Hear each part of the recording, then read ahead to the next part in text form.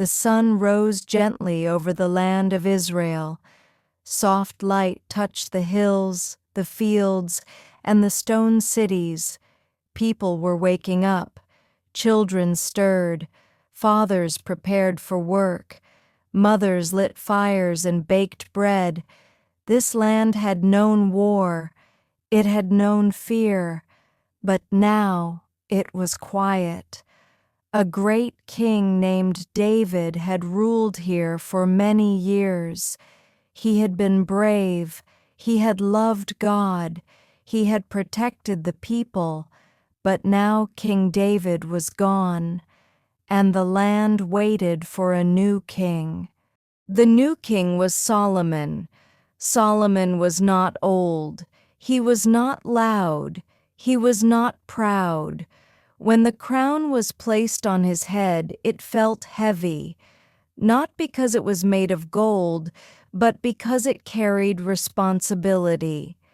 Solomon looked out at the people, thousands of faces, thousands of needs, and inside his heart, a quiet fear began to grow. At night, Solomon remembered his father's words. "Be strong," King David had said. "Trust God. Follow his ways. If you do, you will never walk alone." Solomon knew one thing clearly. He could not rule this great nation by himself.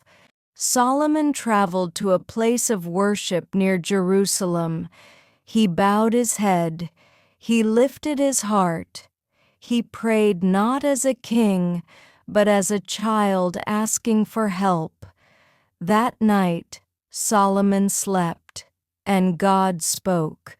In a dream, God said, "Ask me for anything you want." The world seemed to hold its breath. Solomon thought carefully. He did not think of gold. He did not think of power. He did not think of long life. He thought of people.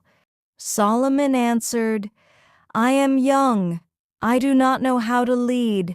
Please give me wisdom. Help me know right from wrong."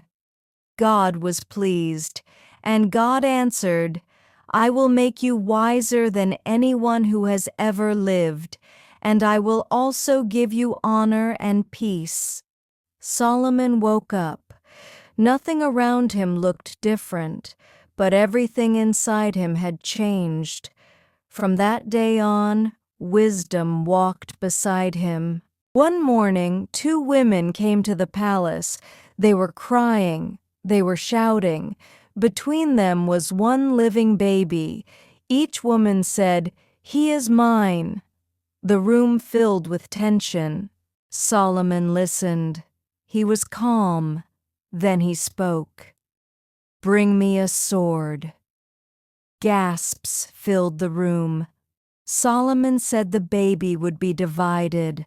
One woman screamed in pain. "Please, let the baby live. Give him to her." The other woman said nothing, and Solomon knew the truth. "Give the baby to the woman who wanted him to live," Solomon said. "She is the true mother." The people were amazed.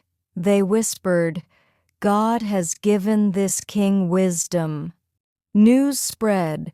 Kings came from far away. Travelers crossed deserts. People brought hard questions. Solomon answered them all, not with pride, but with wisdom. Solomon taught, be patient, be kind, tell the truth, listen before you speak. He said wisdom begins with honoring God. Solomon remembered his father's dream. He built a great temple, stone by stone, prayer by prayer. When it was finished, Solomon bowed and prayed for the people.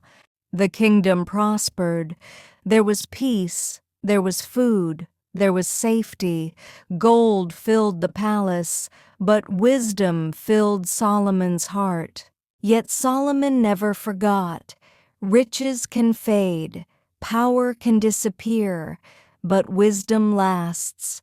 Only when the heart stays close to God. Solomon's story is not only about a king, it is about every child, every parent, every listener. When life feels confusing, when choices feel heavy, wisdom is only one prayer away. Solomon once asked for wisdom. God answered, and God still listens.